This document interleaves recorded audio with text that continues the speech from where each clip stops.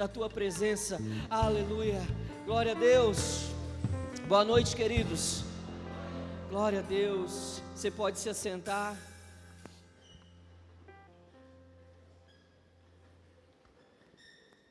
Aleluia, aleluia. Como é bom nós estarmos na presença do nosso Senhor, do nosso Deus maravilhoso, essa presença que nos constrange, que, como diz a canção, faz tremer as pernas. Às vezes dá medo, mas eu quero dizer para você: não tenha medo da presença do Senhor. O Senhor deseja estar perto de você, junto a você.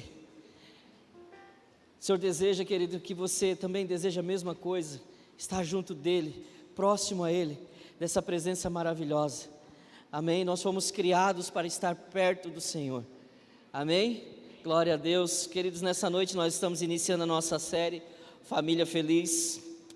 Amém? Glória a Deus. Você tem expectativa? Amém? Então vamos ler a palavra de Deus. Salmo 128, versículo 1 até o 4. Salmo 128, versículo 1 até o 4. Você que trouxe a sua Bíblia pode estar abrindo aí. Se você não trouxe, pode estar acompanhando o Data Show. Olha o que diz o texto: como é feliz quem teme ao Senhor, que anda em seus caminhos. Você comerá do fruto do seu trabalho e será feliz e próspero. Sua mulher será como a videira frutífera em sua casa, seus filhos serão como brotos de oliveira ao redor de sua mesa. Assim será abençoado o homem que teme ao Senhor. Amém? Feche teus olhos um pouquinho. Pai, muito obrigado, Senhor, por tudo que o Senhor tem feito até aqui. Obrigado por toda a obra que o Senhor já realizou, Deus, todos os milagres que o Senhor já realizou nas nossas vidas, ó Deus, no dia de hoje, Senhor, nessa manhã, no culto dessa manhã, Deus, pela salvação que está em Ti, Deus. E nossa oração, Senhor, é que nessa noite, Deus, o Senhor ainda continue agindo, Senhor, trabalhando em nossos corações, quebrando, Senhor, todo o coração endurecido, Pai, que nossa vida, Deus, possa, Senhor, estar rendida a Ti nessa noite, e que a Tua palavra, Senhor, possa nos encontrar, Senhor, e nos mudar de direção, levar-nos para o centro da Tua vontade, no nome de Jesus. Amém? Como é feliz o homem que teme ao Senhor, que anda em seus caminhos. Você comerá do fruto do seu trabalho e será feliz e próspero. Sua mulher será como a videira frutífera em sua casa. Seus filhos serão como brotos de oliveira ao redor da sua mesa. Assim será abençoado o homem que teme ao Senhor. Essa aqui é a descrição de um lar feliz, de um lar abençoado. No antigo Israel, o significado de felicidade, de alegria, de prosperidade, era isso. Era que a fazenda fosse próspera, a mulher fosse uma mulher fiel e que tivesse a casa cheia de filhos. Isso era sinônimo de alegria, de felicidade e de sucesso. Essa é a família dos sonhos, essa família que a gente já imaginou, que todo mundo imagina, né? E todo mundo um dia pensou em ter uma família abençoada, em ter um lar abençoado. Todo mundo um dia pensou na família, na sua casa, como seria, não é verdade? Mas eu sei que você está cheio de expectativa, sim ou não?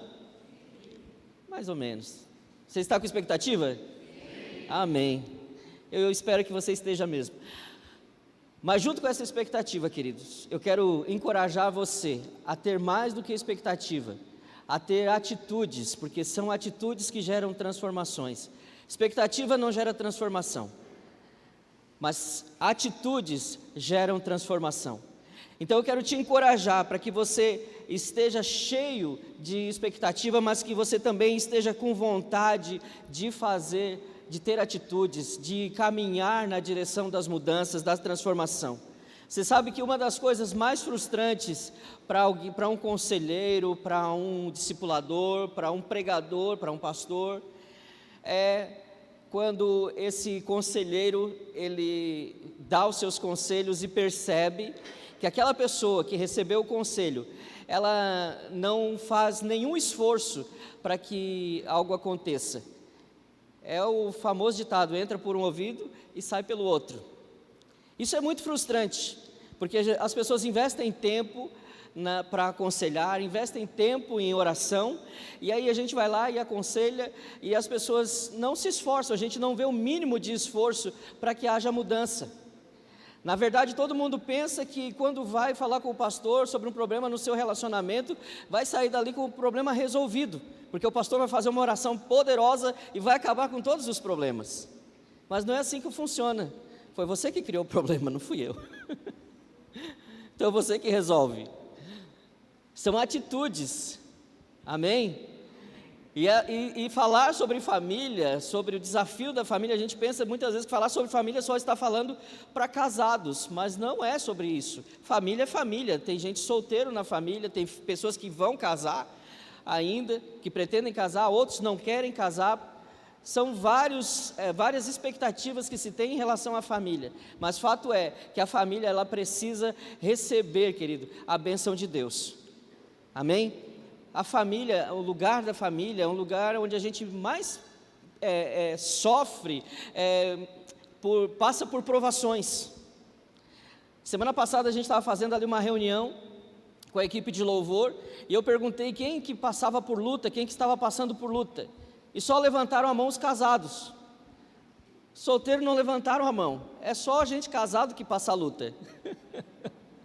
Por que será? Então eu quero te encorajar a ter, querido, atitudes. Tenha expectativa, mas também tenha atitudes. Algumas pessoas vão colocar a responsabilidade no Espírito Santo, vão dizer assim: pastor, mas a palavra de Deus diz que é o Espírito Santo que convence. A gente ouve a pregação, pastor, mas a palavra de Deus diz que é o Espírito Santo que vai me convencer.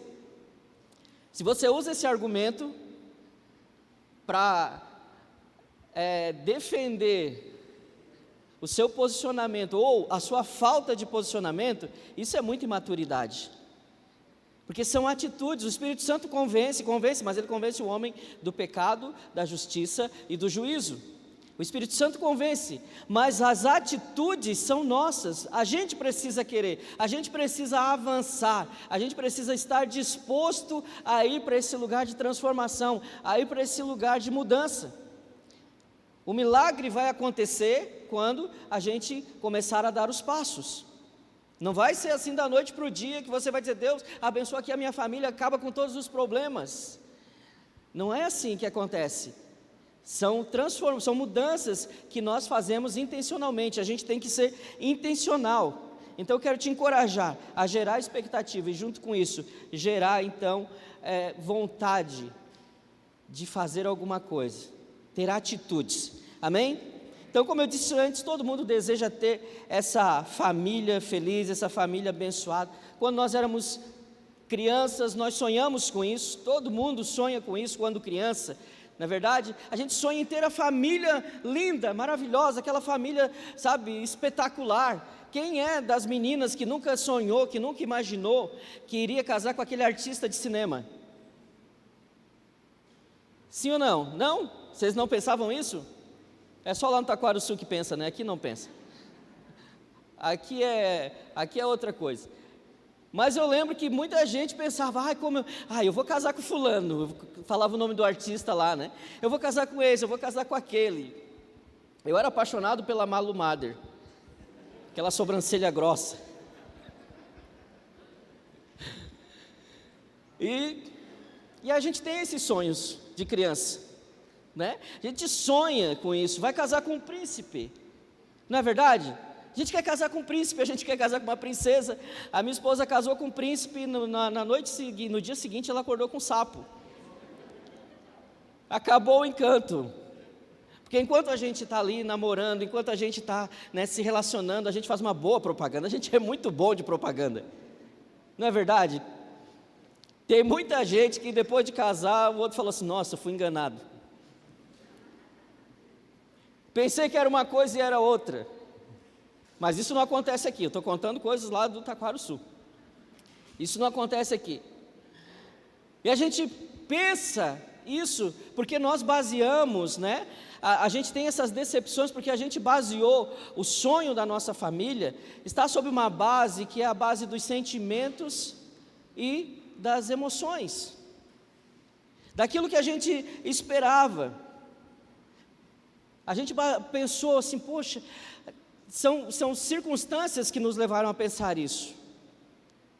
Então a gente baseou a família, imaginou a família, planejou a nossa família, baseado nisso, nas emoções e nos sentimentos. Mas qual que é o problema disso? O problema disso é que quando algumas circunstâncias que podem abalar os nossos sentimentos, as nossas emoções, vão abalar a nossa família. A família é abalada quando essas situações, quando as circunstâncias vêm e abalam as nossas emoções e os nossos sentimentos. Então a família, ela só é boa enquanto as nossas emoções e os nossos sentimentos são bons. Esse é o problema de ter a base da família nos sentimentos e nas emoções. Esse é o grande problema. Acontece alguma coisa, a família já não é mais tão boa. Acontece alguma coisa, a gente já quer desfazer o contrato. Esse é um grande problema. Mas então qual que deve ser a nossa base, qual que deve ser o nosso fundamento, onde a gente deve gerar a nossa expectativa para a família? E a resposta, querida, é simples. É simples, a gente precisa compreender o ponto de vista de Deus sobre a família. Ver a família, compreender a família como Deus compreende, ver a família como Deus vê. Deus, Pai, Ele planejou a família, querido, e se empenhou para isso. Deus, Ele agregou muito valor para a família. A primeira bênção de Deus foi para a família. Talvez a gente pense assim, porque Deus quer abençoar a minha casa, Deus quer abençoar a minha família, porque a minha família é importante para mim. Sim, Deus abençoa a sua família, a sua casa, porque a sua casa, a sua família é importante para você, mas esse não é o principal motivo. O principal motivo de Deus abençoar a sua família e tornar a sua família uma família feliz é que a sua família é importante para Ele. A sua família é importante para Deus. Se você está em família, eu quero que você olhe para quem é da sua família e você diga: a nossa família é importante para Deus. A família é importante para Deus, ela pode ser importante para nós, mas nós temos alguns limites. A gente tem algumas condições. A família é importante até que... Só que Deus não é assim, então eu prefiro ficar com a importância que Deus dá para a minha família do que a minha própria importância, apesar de eu amar muito a minha família, mas eu prefiro ficar com aquilo que Deus pensa, com a base que Deus estabelece. A primeira bênção de Deus foi relacionada à família. Eu queria que você abrisse aí a sua Bíblia, por gentileza, lá em Gênesis, no capítulo 1, no versículo 28 e 30, que vai falar sobre isso, dessa primeira bênção que Deus deu sobre a família. Diz assim: Deus os abençoou e lhes disse: sejam férteis e multipliquem-se, encham e subjuguem a terra, dominem sobre os peixes do mar, sobre as aves do céu e sobre todos os animais que se movem na terra. Disse Deus: eis que lhes dou todas as plantas que nascem em toda a terra e produzem sementes, e todas as árvores que dão frutos com sementes. Elas servirão de alimentos para vocês, e dou todos os vegetais como alimento a tudo o que tem em si fôlego de vida, a todos os grandes animais da terra, a todas as aves do céu e a todas as criaturas que se movem rente ao chão. E assim foi. Então Deus está aqui abençoando o primeiro casal, a primeira família. Deus está dizendo, o texto começa dizendo: e abençoou o Senhor. Por quê? Porque Deus pensa em termos de família. Deus pensa em termos família. Apesar, queridos, de que a salvação ela é pessoal, eu não gosto de dizer que a salvação é individual, porque se ela fosse individual, cada um pega o seu colete, né? É como diz lá no avião, quando a gente vai andar de avião, primeiro coloca a máscara em você e depois nos outros, se der tempo, porque se não der, tchau. Mas você pega o seu colete e se joga dentro da água sozinho. A salvação ela não é individual, ela é pessoal, é seu relacionamento com Deus, é sua vida com Deus. A palavra de Deus diz lá em Romanos, no capítulo 14, no versículo 12, que cada um vai prestar conta de si ao Senhor.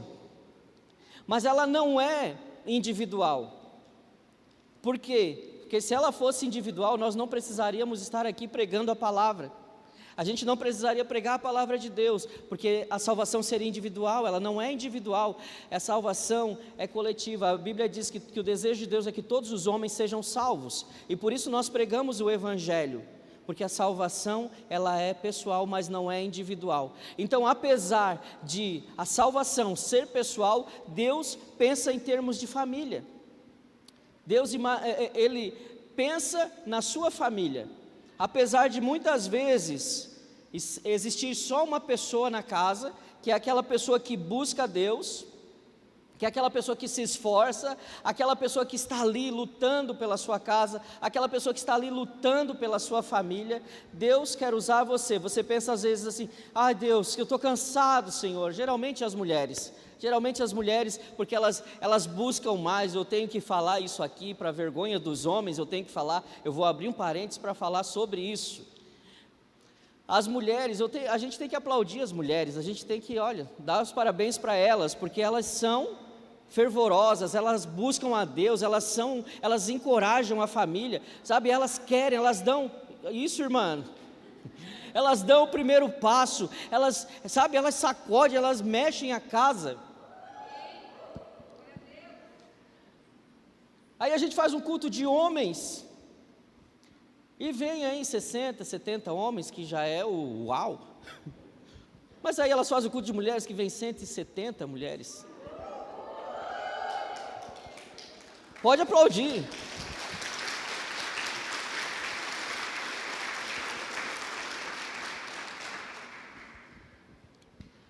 Então as mulheres, elas carregam uma cruz chamada marido. Às vezes elas estão sozinhas ali, mas veja, Deus ele pensa na sua família. Então pode ser que hoje você esteja sozinha, pode ser que hoje, vou abrir aqui, vou dizer que não só as mulheres elas podem estar assim, mas os homens, pelo menos aí 0,5%, também acontece isso, de eles buscarem sozinhos, de buscarem pela sua casa, mas geralmente é as mulheres que fazem isso. Mas aí essas pessoas que estão sozinhas dentro de casa falam: Senhor, até quando? Será que a minha família não vai se render a Ti, Deus? Sabe aquelas pessoas que passam dificuldade para vir na igreja, sabe, são perseguidas por sua família, falam: mudou de religião, virou crente, isso e aquilo. Sabe, eu quero dizer para você que Deus quer usar a sua vida para salvar a sua família, porque Deus pensa a família.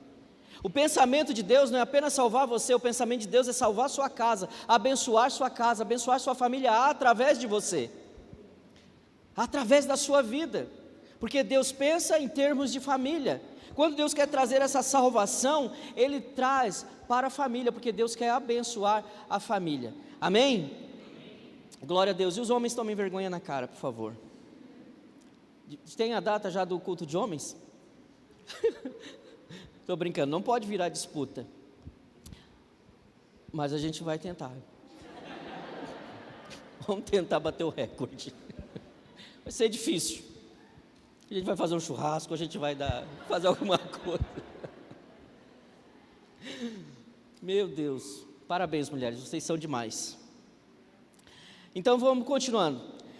Então Deus pensa em termos de família, Deus quer abençoar a família, e eu quero compartilhar com você esse pensamento, esse princípio, de que apesar de uma pessoa na família encontrar o favor de Deus, Deus estende isso para outras pessoas, para toda a casa, para toda a família. Eu quero ler com você Gênesis 12, do 1 ao 3, quando o Senhor fala com Abrão, Ele diz assim: então o Senhor disse a Abrão: saia da sua terra, do meio dos seus parentes e da casa de seu pai, e vá para a terra que eu lhe mostrarei. Farei de você um grande povo, algumas versões falam uma grande nação, eu o abençoarei, tornarei famoso o seu nome, e você será uma bênção. Abençoarei os que te abençoarem, e amaldiçoarei os que te amaldiçoarem. E por você, e por meio de você, todos os povos ou famílias da terra serão abençoados. Então Deus está fazendo o que aqui? Deus abençoa uma família, para através dessa família, abençoar as demais famílias do planeta. Deus está dando uma bênção, proferindo uma bênção sobre Abraão, sobre a família, sobre a casa de Abraão, onde a posteridade dele, a descendência dele seria abençoada, porque ele se posicionou, porque ele era um homem temente a Deus. Este é um princípio, onde Deus ele quer trazer a salvação pessoal com o propósito familiar. Então Deus pensa nesse padrão, salvação pessoal e propósito familiar. A sua família tem um propósito, Deus tem um propósito para a sua família, para a sua casa, amém? Olha só, Gênesis 6:17 vai falar de uma outra passagem, de um outro acontecimento, um outro personagem, que é Noé. Eis que vou trazer águas sobre a terra, o dilúvio para destruir debaixo do céu toda criatura que tem fôlego de vida. Tudo o que há na terra perecerá, mas com você estabelecerei a minha aliança, e você entrará na arca com seus filhos, sua mulher e as mulheres de seus filhos. Então Deus encontra Moisés, que era um homem justo, que era um homem reto, e por causa dele, toda a família dele foi abençoada. Entrou com ele na arca toda a sua casa. Deus pensa em família e pensa em propósito. Eu quero que você guarde isso na salvação pessoal e no propósito familiar. Eu quero que você guarde esse pensamento, esse princípio. Outra coisa que nós vamos ver lá em Gênesis 19:12, agora vai falar sobre Ló. Os dois homens perguntaram a Ló: você tem mais alguém na cidade, genros, filhos ou filhas, ou qualquer outro parente? Tire-os daqui, porque estamos para destruir esse lugar. As acusações feitas ao Senhor contra este povo são tantas que ele nos enviou para destruir a cidade. Aqui nós encontramos o que? Ló, vivendo naquele lugar, onde o pecado era tanto, onde a maldade era tanta, que chegou aos céus, chegou um clamor aos céus, e Deus decidiu destruir aquele lugar por causa da maldade. É nesse episódio que nós vemos o Abraão falando com Deus, perguntando para Deus: Senhor, se tiver lá 50 justos, o Senhor vai destruir a terra? E Deus fala para ele: não, eu não vou destruir aquele lugar se tiver 50 justos. E a gente vai vendo que vai diminuindo o número de pessoas, o número de justos que Abraão vai falando, e a gente vai só encontrar apenas um homem justo, que era Ló, o sobrinho de Abraão. E por causa desse homem, aí você vê o que é que os anjos falam aqui: existe mais alguém que você pode tirar? Existe mais alguém que você quer levar por causa dele? Veja só, os genros deles não quiseram, eles falaram: olha, você está louco, meu sogro, você está maluco. E eles ficaram lá e morreram naquele lugar.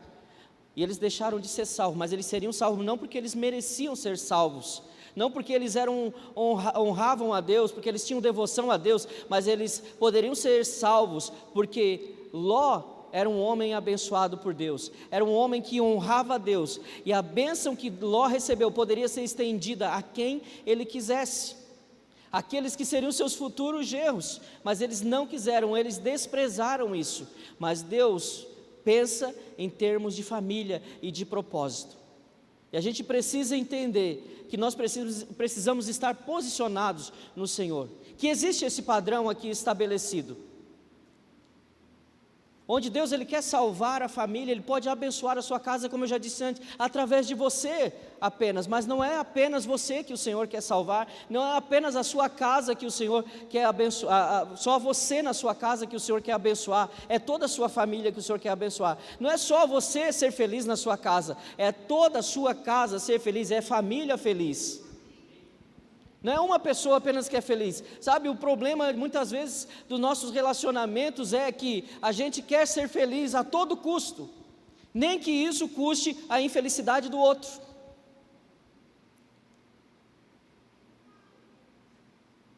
Doeu? Mas é uma verdade. Muita gente casa para ser feliz. Quem aqui não quis casar para ser feliz, gente? Todo mundo quer casar para ser feliz. Só que o pensamento é errado. A gente tem que querer casar quando a gente está feliz, para fazer o outro feliz. Não é para a gente estar feliz. Só os felizes deveriam se casar, que daí não ia incomodar a vida de ninguém. O problema é que a gente casa para ser feliz, e a gente quer ser feliz a qualquer custo, mesmo que seja com custo da infelicidade do outro. Isso é egoísmo. Então Deus quer restaurar isso na nossa casa, Deus quer restaurar a nossa família, sabe? Deus quer trazer isso não só para você, mas através de você. Por isso que existe propósito, por isso que Deus pensa propósito, através de você. Pastor, mas sou só eu buscando, pastor, o meu marido é uma âncora, ou ao contrário, que é muito difícil. Pastor, mas sou só eu, minha esposa é uma âncora. Pastor, sou só eu, os meus pais são uma âncora, eles não querem, pastor.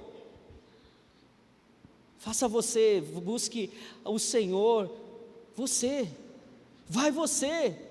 Não, eu só vou na igreja agora quando meu marido for, ou quando a minha esposa for, agora eu não vou mais. Para com isso, busca você, porque é através de você, é através da sua vida, através do seu testemunho. Muitas vezes você vai ganhar a sua família, querido. Eu acho que na maioria das vezes é assim, na verdade. A gente ganha a nossa família para o Senhor Jesus sem pregar com palavras, apenas com as nossas atitudes dentro da nossa casa. Porque é muito comum a gente ouvir dizer numa discussão: o que adianta ir na igreja e vir voltar desse jeito? Para que vai na igreja? Na igreja é uma bênção, na igreja é uma maravilha. Isso é muito comum de a gente ouvir, mas eu quero que você entenda que através do seu posicionamento, como eu disse antes, a coisa mais frustrante, gente, é perceber que as pessoas não se interessam, não têm atitudes, não se esforçam para mudar. É ver crente velho passando por brigas no seu relacionamento, por problemas, quase se separando. Crente velho, crente que conhece a palavra de Deus. Sabe por quê? Porque não dá o braço a torcer, porque quer estar certo simplesmente, mas não olha para a palavra de Deus, não sabe perdoar. E quer ter uma família feliz. Não é desse jeito. A palavra de Deus é o nosso alimento, é ela que nos sustenta, ela que nos ensina. Então, se a gente se expõe à palavra de Deus, nós vamos perceber que viver a nossa vida de acordo com a palavra de Deus vai facilitar muito os nossos relacionamentos, vai ajudar muito. Tanta gente se empenha em ajudar os outros e esquece da sua própria casa, mas Deus quer usar você para fazer do seu lar um lar abençoado. Através de você, toda a sua família vai se entregar ao Senhor, em nome de Jesus. Quero ler com você Atos 11, 14, que diz assim: Ele trará uma mensagem por meio do qual serão salvos a você e todos da sua casa. Isso aqui é Pedro explicando por que ele tinha pregado para os gentios. Porque ele foi pregar lá na casa de Cornélio, e Deus dá uma visão para Pedro, para que ele vá. Deus dá uma visão também para Cornélio, dizendo que vai alguém lá para mandar chamar Pedro, para pregar lá para a casa dele, veja, para pregar o evangelho. E quando nós vemos Pedro lá se defendendo e falando, ele diz assim: olha, eu fui lá, eu preguei o evangelho, eu falei de Jesus, e aconteceu algo naquela família, aconteceu algo naquela casa. Quando eu estava pregando, o Espírito Santo desceu sobre eles, sobre todos que estavam ouvindo o evangelho. O Espírito Santo desceu sobre eles, e eles foram cheios do Espírito Santo, como nós fomos no Pentecostes. E detalhe, antes mesmo de serem batizados nas águas, eles receberam o dom do Espírito Santo, antes mesmo de serem batizados nas águas. Sabe por quê? Porque o Evangelho entrou em cada um daquela família, na família de Cornélio, na casa de Cornélio. A família dele foi alcançada por causa do posicionamento dele, porque Cornélio era um homem que temia a Deus, embora não conhecesse o Evangelho, não tivesse o conhecimento que muitos tinham. Por isso que Deus dá a ele esse sonho, para que ele chame Pedro, e para que ele ouça o Evangelho, para que ele entregue a vida para Jesus. O Cornélio estava procurando um caminho, ele era um homem temente, mas ainda não tinha encontrado o caminho. Então ele ouve esse Evangelho, ele ouve falar de Jesus, entrega a sua vida para Jesus, e toda a sua casa. Sabe, o que eu vou falar agora pode frustrar você. Às vezes a gente pensa o seguinte: porque eu venho na igreja, porque eu me converti, porque eu entreguei a minha vida para Jesus, a minha casa está protegida e todo mundo vai para o céu por causa de mim. Isso não é verdade. Porque todos precisam entregar a vida para Jesus. Como nós lemos ali em Romanos, cada um vai dar conta de si mesmo diante do Senhor. Então não adianta eu vir para a igreja achando que tá garantido todo mundo na minha casa. Não é assim que funciona. Porque cada um deve confessar o Senhor com seus lábios, declarar publicamente que o Senhor é o seu Salvador. Como eu falei antes, a salvação ela é pessoal. Então cada um deve buscar a Deus. Agora, mas através de quem isso pode acontecer? Através de você, através da sua vida, através da sua devoção, da sua entrega a Deus. Foi o que aconteceu aqui nesse episódio. A casa dele foi abençoada. Será que aquele lugar virou um lugar feliz, uma casa feliz, uma família feliz?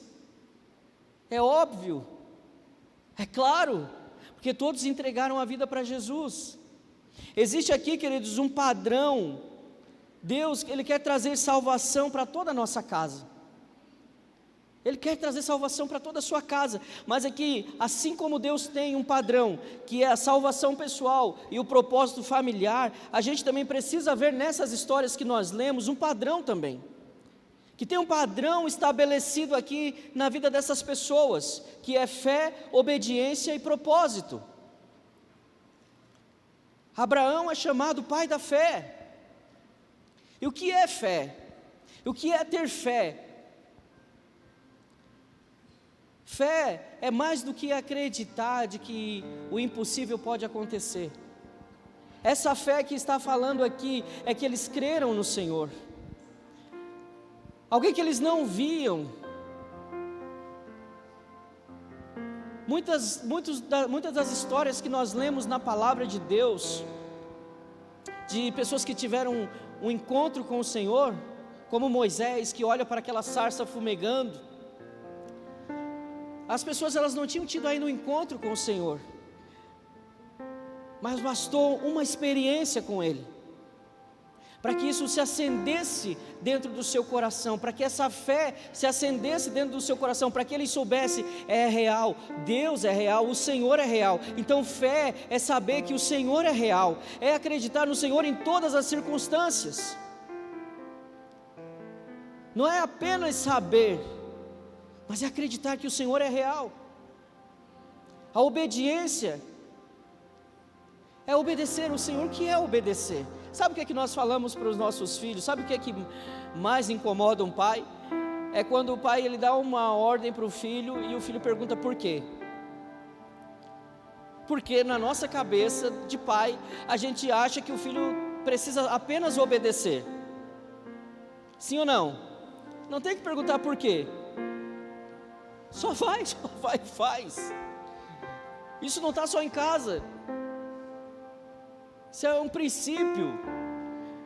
Quando a gente serviu o exército, os homens que serviram o exército aí, as forças armadas estavam lá, e o comandante chegava e mandava fazer alguma coisa, aí da gente se perguntasse por quê.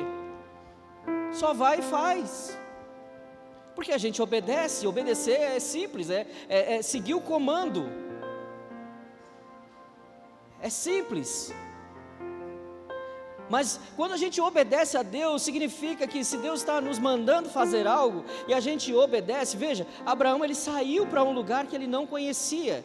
Ele obedece a Deus porque ele entende que tudo que Deus quer, tudo que Deus pensa, está ligado a abençoá-lo. Que Deus não vai fazer nada para nos ferir, para acabar com a nossa vida, para nos prejudicar. Embora muitas vezes aconteça algo conosco que a gente pense dessa forma. Mas tudo que Deus faz é por amor a nós. Tudo que Deus faz, tudo que Deus permite em nossa vida é por amor a nós. Então a gente escolhe obedecer, e se Deus falar salta, a gente salta de onde quer que seja, porque a gente sabe que as suas mãos vão nos segurar. E propósito, essas famílias tinham um propósito. O propósito de Abraão era que através dele, da família dele, todas as famílias da terra fossem abençoadas. Sabe, Deus tem um propósito para a sua família, mas precisa haver, querido, fé. A gente precisa crer no Senhor de todo o nosso coração, e a gente precisa obedecer a Deus.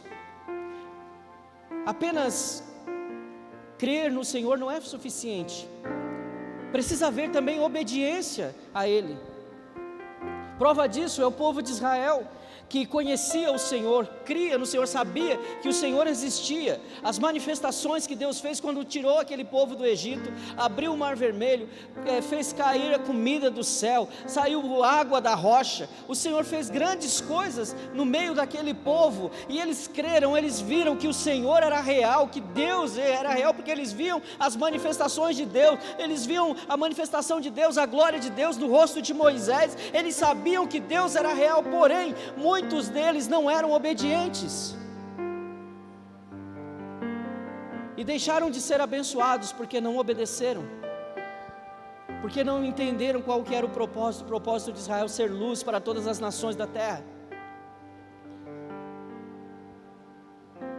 Existe um padrão também para nós, que é crer no Senhor, obedecê-lo e saber que nós temos um propósito. A sua família, querido, foi planejada pelo Senhor.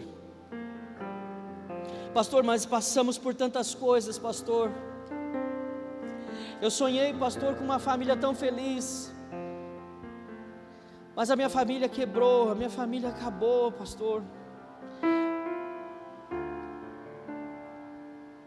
Eu quero dizer para você que Deus não desistiu do plano dele de você ter uma família feliz.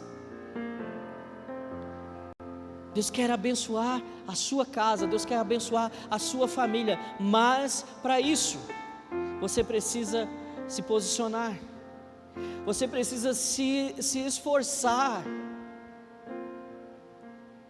Tem uma parte que é sua, tem a parte que é de Deus, e Deus já está disposto. Deus já disse: eu vou abençoar todas as famílias da terra, todas. Ele diz: por meio de você, Abraão, eu vou abençoar todas as famílias da terra, todas as famílias. Então, Deus já tem essa predisposição de abençoar as famílias, de que você tem um lar abençoado, de que na sua casa seja esse pedacinho do céu na terra. Deus, Ele quer abençoar sim a sua família, mas precisa haver posicionamento seu, precisa haver escolha sua, precisa haver atitude, comprometimento seu. Quero que você leia comigo 1 Timóteo 5:8.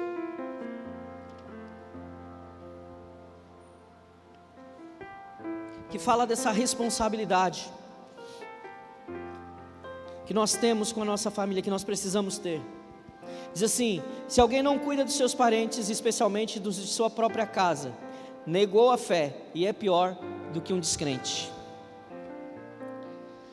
Se a gente não cuida da nossa família, diz a Bíblia, especialmente dos da nossa casa, negou a fé e é pior do que um descrente. Como isso é forte? Quando nós somos negligentes, nós estamos negando a fé. Quando nós negligenciamos a nossa família, a nossa casa, nós estamos negando a nossa fé. A Bíblia diz que é pior do que um descrente. E a minha pergunta para você nessa noite é: será que você está disposto a lutar pela sua casa, a lutar pela sua família, a lutar para que a sua família seja realmente uma família feliz? Sim ou não? De verdade? Então eu quero te convidar a ficar de pé. E se você tiver coragem mesmo, se for isso que você desejar, você vai fazer isso. Eu gostaria que todos que estão aqui em família, que pudessem ficar juntos, de mãos dadas. Os casais quiserem ficar de frente um para o outro, fiquem juntos de mãos dadas, pode fazer um círculo. Todos da família. Nós vamos hoje aqui assumir um compromisso. E esse compromisso, queridos, não é um compromisso com Deus. É um compromisso com a sua família, com a sua casa, diante de Deus. É diferente. É um compromisso onde você vai empenhar a sua palavra, a sua honra, para fazer com que isso aconteça. Amém? Você está disposto? Amém? Então você vai repetir comigo. Se está faltando alguém da sua família, você está sozinho aqui hoje, você vai fazer esse compromisso também, porque é onde você vai colocar a sua honra, mesmo que a outra pessoa, mesmo que as pessoas da sua família não estejam aqui, não saibam, mas você está fazendo esse compromisso com elas e para elas. Então você vai colocar a sua mão no seu coração e você vai fazer essas declarações. Amém? Eu gostaria que você repetisse comigo e que você não olhasse para mim, mas que vocês olhassem uns para os outros. Olhem nos olhos da sua família aí.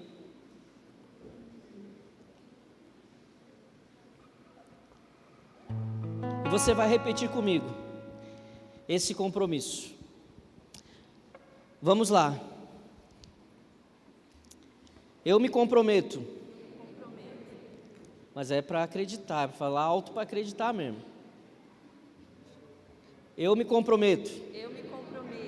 A investir um tempo num período diário de oração e leitura da Bíblia, apresentando minha família a Deus. Me comprometo a enviar todos os esforços para que meu lar seja um pedacinho do céu aqui na terra.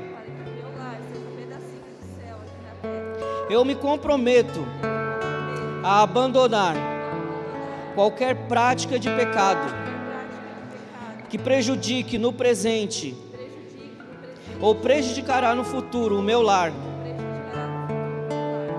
Eu me comprometo a diariamente abraçar, beijar e acariciar por algum tempo os meus familiares, sejam crianças, jovens, adultos ou idosos. Eu me comprometo a arrependido mesmo pedir perdão quando errar com meus familiares. Me comprometo a perdoar sempre e não me prender no passado. Me comprometo a comemorar os feitos e datas especiais de todos os familiares, mesmo que sejam vitórias consideradas simples. Eu me comprometo a separar um tempo de qualidade para o lazer em família.